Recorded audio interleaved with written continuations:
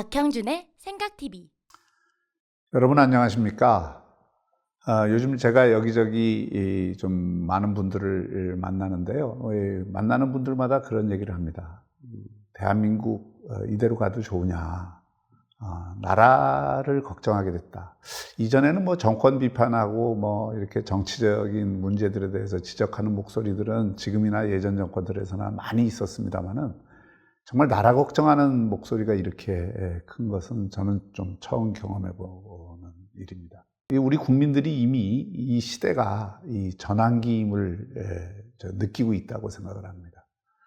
그래서 저는 오늘 우리 그 대한민국이 어떤 상황에 있고 어떤 리더십이 이런 전환기에 필요한가를 여러분들과 함께 생각해 보고자 합니다. 전환기라는 말은 사실 뭐 어느 때나 쓸 수 있는 말은 아닙니다. 제가 전환기라고 얘기할 때는 일종의 구조나 질서 또는 패러다임의 변화가 일어나는 시기를 이야기합니다. 프랑스 구조사학자 앙리 브로델이 얘기했듯이 역사는 장기지속의 변화가 있고 중기지속의 변화가 있고 단기지속의 변화가 있는데 적어도 이 중기지속의 변화 이상의 변화가 일어나는 시기, 이것을 우리가 전환기라고 할 수 있을 것 같습니다. 제가 생각TV에서도 그런 얘기 했습니다마는 자본주의 세계체계도 1.0, 2.0, 3.0, 4.0 시대로 전환해 왔다고 얘기를 드렸습니다마는 지금이야말로 그런 어떤 4.0의 시대로 접어들고 있는 전환기가 아닌가 싶습니다. 저는 지금 대한민국이 처해 있는 상황이 다중복합 전환기다 이렇게 이야기를 하고 싶습니다. 우선 제일 큰 전환기는 이것은 장기지속의 변화일 뿐만 아니라 어떻게 보면 인류사 전체의 획기적인 변화를 가져올 수 있는 전환기라고 할 수 있는데 소위 인공지능 디지털 혁명이죠. 보통 4차 산업혁명이라고 얘기하면 좀 이거를 너무 협소하게 이야기하는 측면이 있습니다.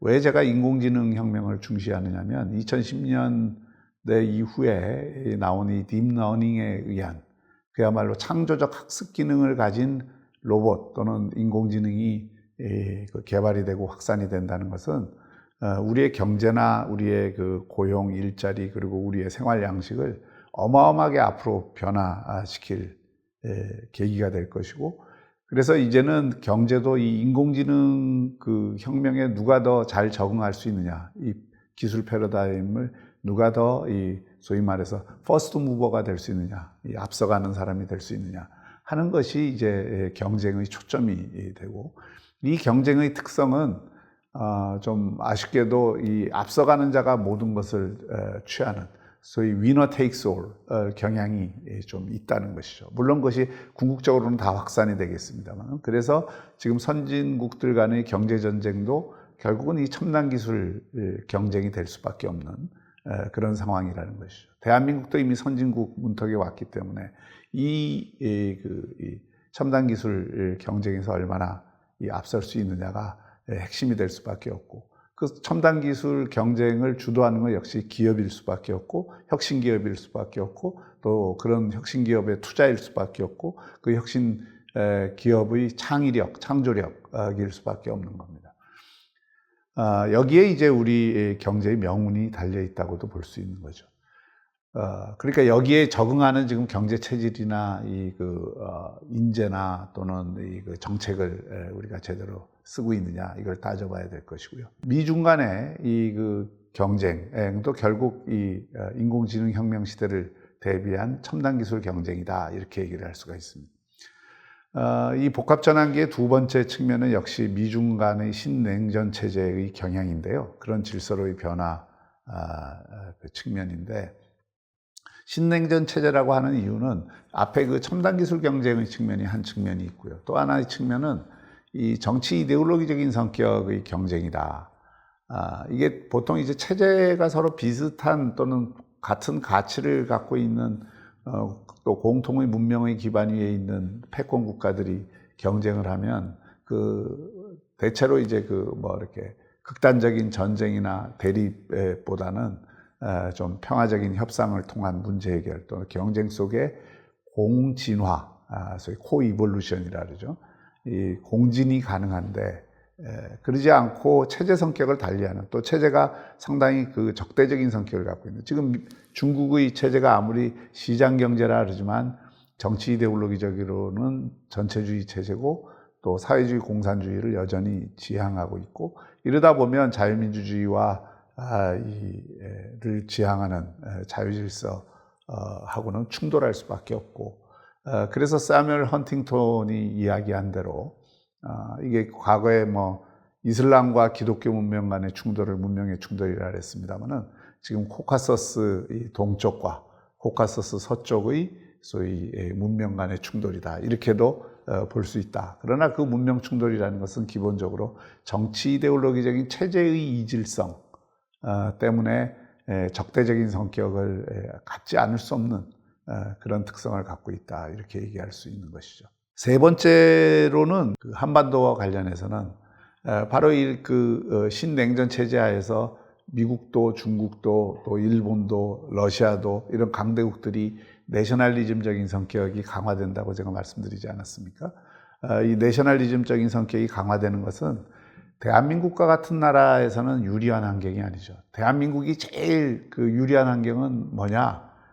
미국이 소위 미소냉전 체제 이후에 펼쳤던 리버럴 오더, 즉 세계의 자유 질서를 속에서 상호 의존적인 경제가 되고 자유무역 질서가 유지되고, 또 미국이 세계 전체의 해구산을 비롯해서 안보 우산을 펼쳐주고, 미국의 그 주도하에서 이루어지는 탈 내셔널리즘 그 질서, 글로벌 질서라고 할 수 있죠.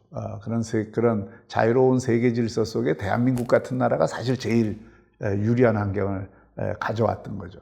그것을 저는 이제 동맹에 기초한 자강이다. 우리 돌아가신 박세일 교수도 그런 말씀하셨습니다만은, 그런 어떤 것으로 규정할 수 있다, 이렇게 얘기를 했던 것이죠. 그러니까 우리는 좀 그 리버럴 오더, 좀 자유질서 속에서 제일 잘 나갈 수 있는 나라인데, 강대국들이 내셔널리즘으로 치닫게 되면, 그런 어떤 신국가주의로 치닫게 되면, 한국과 같이 강대국 사이에 좀 끼어 있는 중견 국가들이 제일 피곤해지는 거죠. 그리고 보다 외교도 복합 외교를 할 수밖에 없고, 또 이 지혜로운 외교를 할 수밖에 없는데, 누차 얘기했듯이 지금 문재인 정부 들어와서 미국하고도 뭐 좀 뜨악하고, 중국한테도 따돌림 받고, 북한은 뭐 사실상 우리를 개무시하고 있고, 그 일본은 하고는 최악이고, 이런 어떤 외치 환경을 만드는 것은 스스로 강대국 속에서 쪼그라드는 것이다. 또 여기 두드려 맞고 저기 치이고 할 그런 개연성이 높은 것이다, 이렇게 말씀드렸고요. 이 와중에 또 하나의 그 한반도 질서의 전환기라고 할 수 있는 것은 북한이 핵무기 체제로 핵무기 국가로 사실상 전환하는 이 질서잖아요. 이것을 우리 지금 문재인 정부 들어와서는 우리가 평화를 통해서 비핵화도 이루고 북한을 바꿀 수 있다, 이렇게 자신을 했지만, 결과는 지금 어떻습니까? 지난 2년 반 여러 가지 어떤 평화 이벤트를 했지만, 그것이 북한의 비핵화에 한 걸음도 진전이 없었고, 실질적으로 말은 비핵화하지만은 그동안 2년여 동안 북한의 핵무기나 핵물질 수는 계속 늘어왔습니다.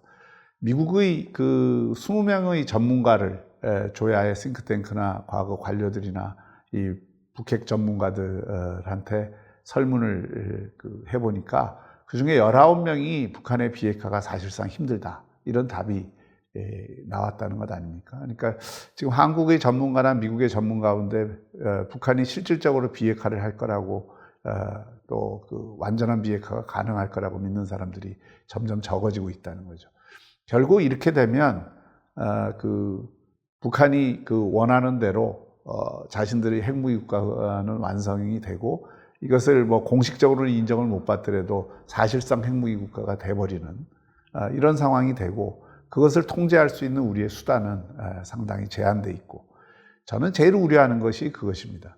핵무기를 갖고 있는 나라와 핵무기를 갖고 있지 못한 나라가 적대적인 관계를 맺고 있다고 할 때, 이거는 근본적인 힘의 비대칭성, 불균형을 극복할 길이 없습니다. 한마디로 얘기하면 전쟁에 대한 결정권을 핵무기를 갖지 않은 나라는 전혀 가질 수가 없습니다. 핵무기를 가진 나라만이 전쟁을 할 건가 말 건가를 결정할 수 있는 힘을 갖게 되는 셈이죠.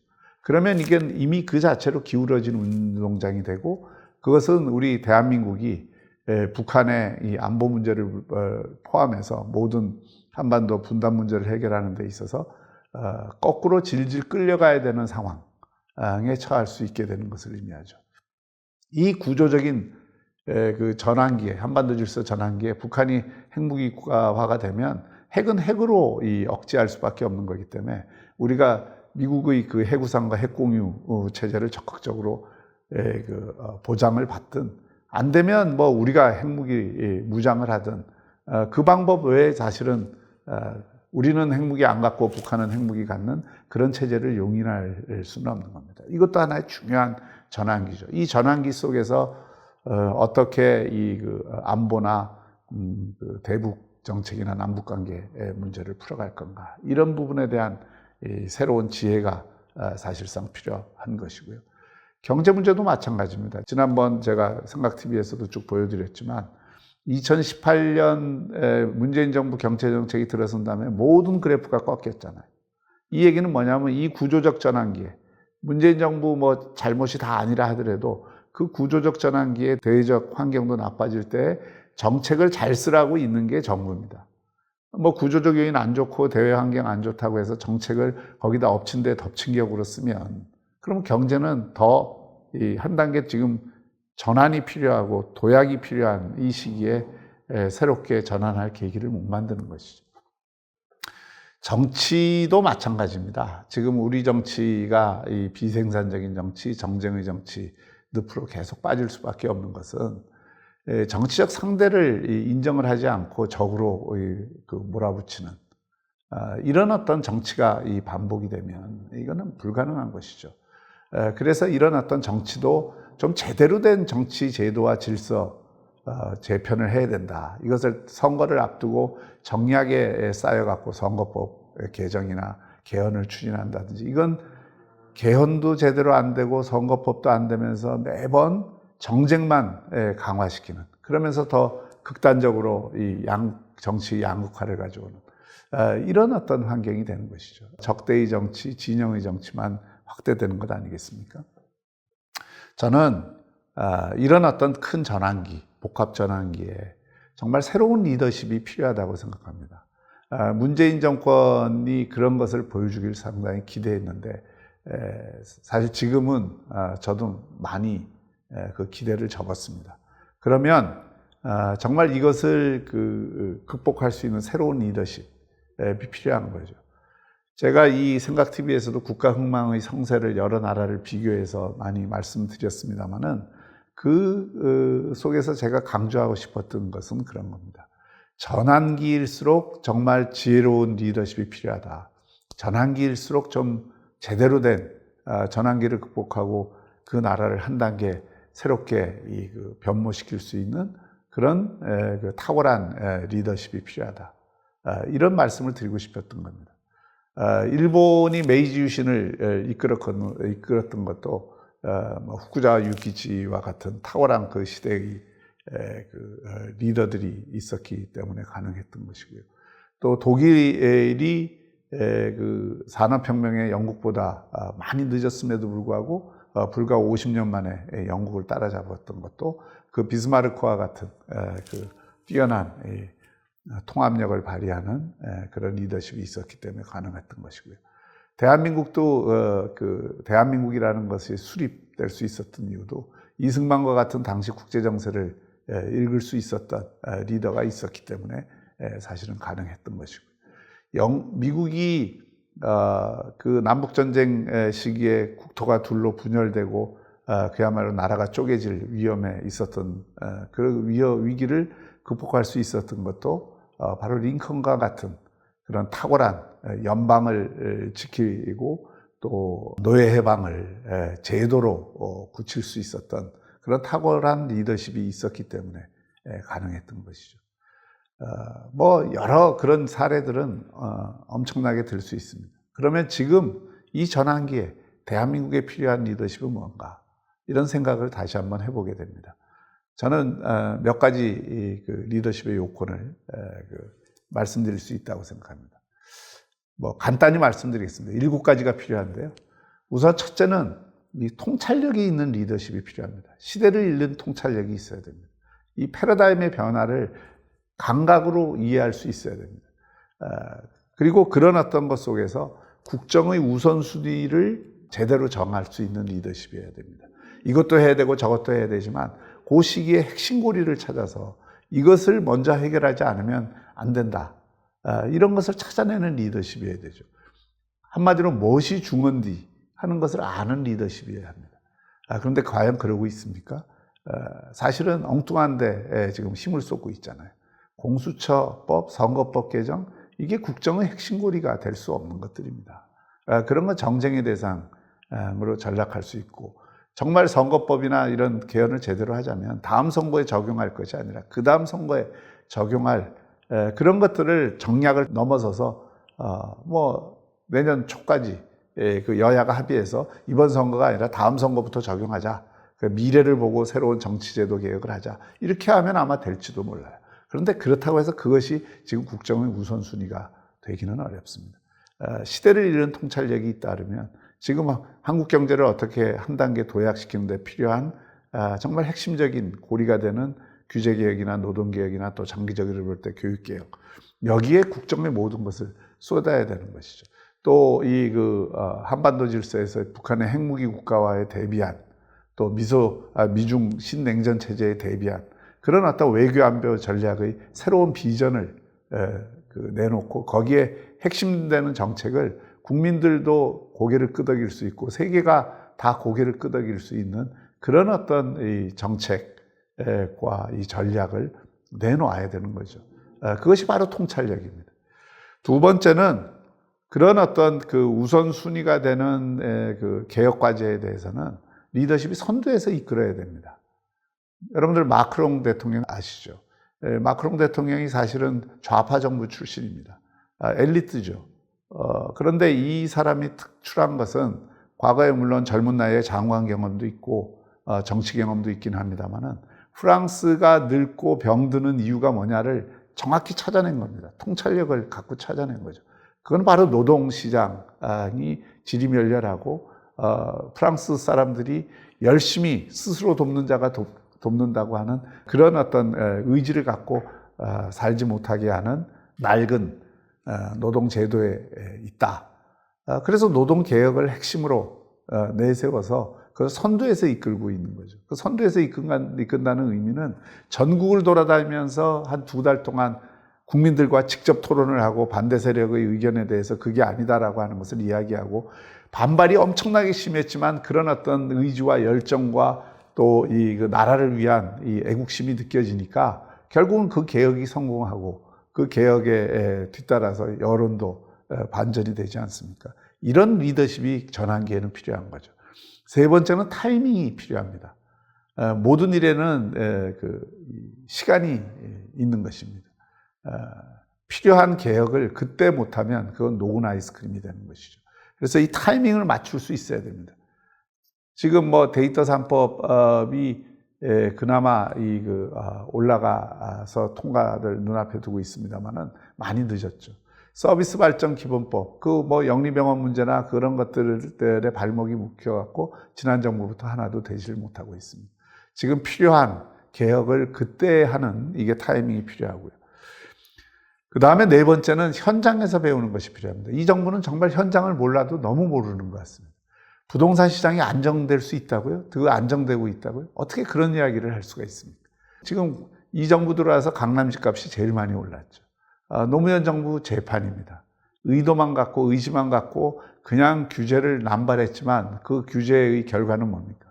지방의 부동산은 시장은 죽고 서울의 부동산 시장은 눈치 보다가 다시 올라가고 또 여기다가 이 부동산 가격을 제일 올리는 게 교육 문제인데 정시 확대를 아무런 대책 없이 느닷없이 조국 사태 이 면피용으로 들고 나오니까 결국 강남 집값과 목동 집값, 서울 집값만 다시 올려놓는 효과를 갖지 않았습니까? 이것이 현장을 모르는 것이죠.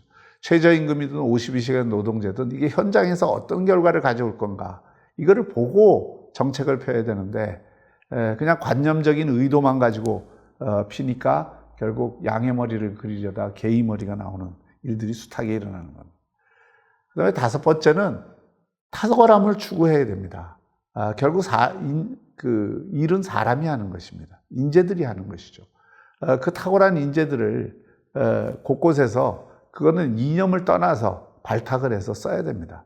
결국 현대 사회나 국가는 전문가 체계잖아요. 그 전문가 체계가 국민들에게 신뢰를 주고 일을 잘하게 하려면 그 전문가 체계를 진두지휘하는 그 지휘자들이 탁월해야 됩니다. 탁월한 사람을 쓰지 않고 캠프 사람들, 그리고 누가 보더라도 인류가 아닌 이류들을 쓴다. 이렇게 될 때에는 그 조직이 제대로 움직이지 않는 겁니다. 그리고 청와대가 전부 일을 부처에게 제대로 맡기지 않고 일을 하면 청와대 정부를 강화하는데 청와대에는 능력 있는 사람들이 아니라 대통령과 친한 사람들만 모여 있다. 이러면 일이 제대로 진행될 수 없는 것이죠. 그래서 이 당나라 그 태종이 정관의치를 할 때 그 정관의치의 가장 핵심이 뭡니까? 탕평 아닙니까? 인재를 골고루 등용하는 것. 그리고 능력 있는 인재는 상고초려를 해서라도 쓰는 것. 이게 그 당태종이 보였던 정관의치의 핵심입니다. 제가 이번에 황교안 대표 단식하는데 찾아가서 그래서 정관의치라고 하는 책을 넣어드렸는데요. 야권 지도자건 여권 지도자건 지금 이 점을 탁월함의 정치, 아리스토텔레스가 이것을 탁월함을 아레떼라고 했는데요. 이 아레떼의 정신이라고 하는 것은 현대 그 전문가 체계의 그 사회, 그리고 이 대의제 민주주의도 원래 국민들이 탁월한 사람들을 뽑아서 그 국민들을 대신해서 일을 하라라는 정신이 들어가 있는 겁니다. 탁월한 사람을 뽑아라. 이번 개각에서 한번 지켜보겠습니다. 여섯 번째는 수비를 먼저 튼튼히 해야 됩니다. 바둑에서도 아생연후 살타라는 게 있잖아요. 내 집을 튼튼히 안 하고 바깥에 적을 잡으러 갔다가는 판판이 깨지게 돼 있습니다. 우선은 나의 집을 튼튼히 하는데 이건 결국 안보에 해당되는 일이죠. 지금 안보에 구멍이 숭숭 뚫리고 있다는 것이 곳곳에 드러나고 있고 그 북한의 핵무기 국가화 거기에 대비해서는 우선 우리가 어떻게 그 북한이 핵무기 국가가 되는 것을 막을 수가 없다면 그렇게 되는 것을 그 전제로 해서 우리는 어떤 대비를 할 건가 이 계획을 세워놔야 됩니다. 물론 우리는 비핵화를 추진해야죠. 그리고 강력히 요구하고 관철을 시켜야 됩니다만은 최악의 경우에도 대비를 해야 되는 겁니다. 이게 아생연후 살타고요. 그걸 하려면 지금 우리나라가 어떻게 핵 억지력을 가질 것인가 이것에 대해서 이제는 공론화를 하고 정책을 마련을 해야 되는 그런 것입니다. 마지막으로는 역시 뭐니 해도 통합의 리더십입니다. 이 전환기에 국민의 에너지를 못 모아내면요, 결국 이 반쪽 국정이 될 수밖에 없고, 과거에 우리가 IMF 위기 이후에 금모으기 운동이나 글로벌 금융위기 위해 일자리 나누기 운동을 했던 것은, 또 그것이 성공했던 것은 일시적이나마 그때 김대중 대통령이나 이명박 대통령 때 통합의 어떤 환경을 조성하고 통합의 리더십을 어느 정도는 발휘했기 때문에 가능한 것입니다. 지금 이 전환기에 정쟁의 법안들을 앞세워서 끊임없이 둘로 나눠서 싸우는 이런 정치를 내버려 두고 우리가 이 전환기를 제대로 넘어설 수가 없습니다. 협치는 사실은 야당이 먼저 협치를 제안하는 것이 아니라 여당이 이런 통합의 리더십을 하겠다는 의지를 갖고 야당 대표도 수시로 만나고 그들이 원하는 것도 부분적으로 들어주고, 그리고 이 정쟁이 될 만한 것을 가급적 좀 삼가면서 나라에 필요한 일을 그 야당과 함께 공동으로 머리를 맞대고 소위 수기를 통해서 제기하고 그 공동의 대안을 마련해서, 이번에 데이터 3법처럼 말이죠, 그런 것들을 끊임없이 어떤 강구하려고 하는 그런 여권의 이 통합의 리더십이 우선해야 되는 것입니다. 이런 그 전환기의 리더십, 만약에 현재 문재인 정권이 못한다 그러면 다음 총선을 통해서, 그 다음 대선을 통해서 정말 이런 리더십을 갖는 정치 세력을 만드는 것이 필요하다고 생각합니다. 마지막으로 말씀드릴 것은, 정치는 바로 이러한 일을 해낸다면 대단히 그 위대한 일입니다. 정치에 대해서 많은 분들이 염증을 갖고 또 정치에 대해서 그 고개를 돌리지만 정치 없이 우리 국가 공동체가 가지고 있는 문제를 해결할 수 없습니다. 정치는 의사결정을 하는 것이고요. 그 의사결정을 제대로 하는 것, 그리고 그것을 만들어내는 것, 그것이 리더십이기 때문입니다. 그야말로 이 전환기에 정말 제대로 된 리더십을 창출하기 위해서 우리 모두가 관심을 갖고 노력을 했으면 합니다. 감사합니다. 구독하기와 알림 설정으로 박형준 교수의 생각을 가장 먼저 확인해 보세요.